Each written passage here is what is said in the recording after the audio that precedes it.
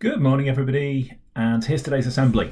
So, same as we did yesterday, I want you to see if you can remember who our previous assemblies were all about. Have a think.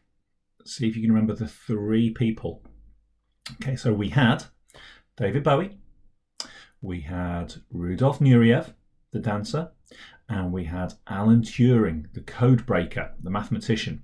Okay, so we've had three men so far. And today we're going to hear about a famous lady called Amelia Earhart. And Amelia Earhart was a famous pilot, and she did some amazing things. She was the first lady to do some very important things. So we're going to read her story today and learn a little bit about Amelia. So here's the book, Amelia Earhart, from the Little People, Big Dreams series. Just like the others. Now, when Amelia was a little girl, she liked to imagine she could stretch her wings and fly like a bird. When she was older, she went to an air show, and the plane soared into the sky, leaving Amelia on the ground. She wished she could go with them and see what they saw. So that's where she got her inspiration from, to actually seeing something happening when she was young and thinking, that's what I want to do. She got a ride in an aeroplane and liked it so much she didn't ever want to come down. Now have a look at the aeroplane. It's very different to an aeroplane that you might have been on. What I haven't done is I haven't told you when Amelia Earhart was born. I'm going to do that right at the very end. So have a think. That's an open cockpit. And up at the top, there's a wing. And there's a support there. So is there a wing underneath there at the bottom? What sort of plane is that? Do you know? It's a biplane with two wings. So we're thinking about something that happened quite a long time ago, because biplanes aren't nearly as common now. They're only historical artifacts, really. So Amelia learnt to fly. After months of practicing, she became the first woman to fly up to 14,000 feet in the air. So one of her real firsts. That's really important. With a mechanic and a pilot, she was also the first woman to try and fly over the enormous Atlantic Ocean. As they set off, she waved at whales far beneath her. That's an amazing accomplishment, isn't it? After many hours, they reached land. The world looked small, so small, the houses and cars were like toys. Even though Amelia wasn't flying the plane, when they landed, she became famous. People around the world were inspired by her story. Amelia thought every girl deserved to fly, so she founded a club with 98 other fearless pilots. A little later, she flew across the Atlantic all by herself.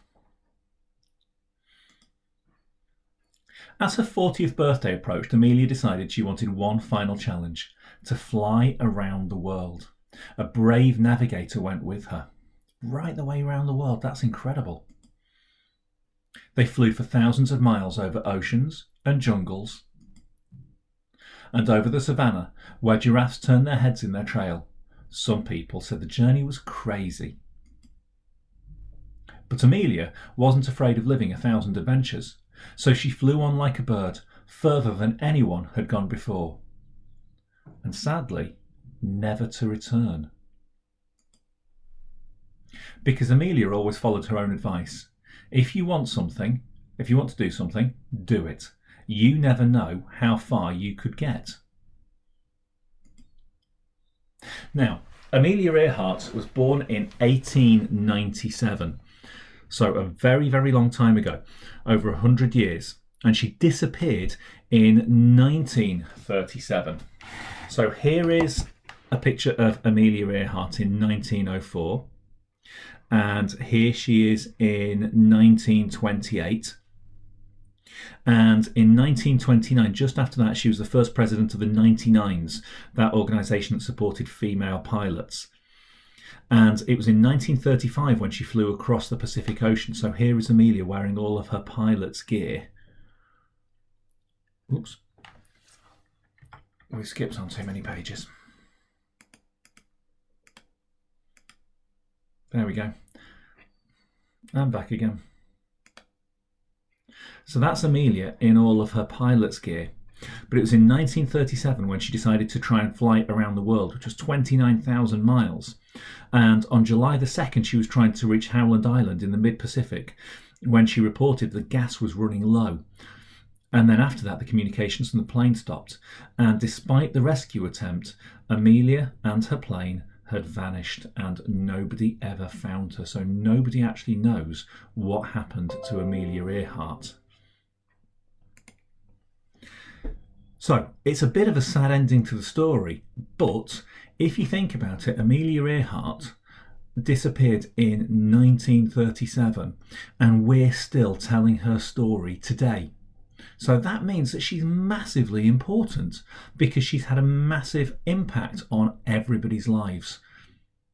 So have a think, what might you do that might inspire millions and millions of people? What could you do?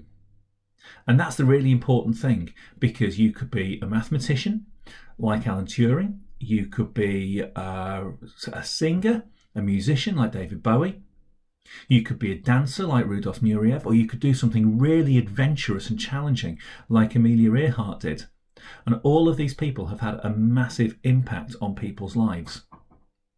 So you could be really, really inspirational for something huge that you do.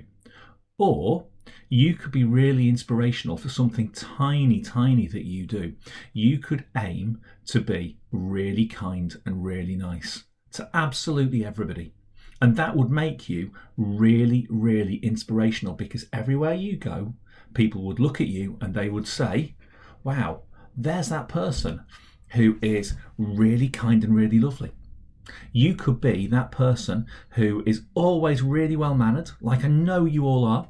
You could be that person who always thinks about other people and always helps out. And that would make you an absolute inspiration to everybody else. So there you go, guys. I want you to see today if you can think, what are you going to do that is going to have a massive impact on other people? Is it going to be something huge, like being a rock star? Or is it going to be something that still has a massive impact and is equally huge, but is completely manageable by being kind and lovely and wonderful to everybody around you? Okay, there we go. We've got one more assembly this week on Friday with another inspirational person. And we'll wait until Friday to see who it is. Bye-bye.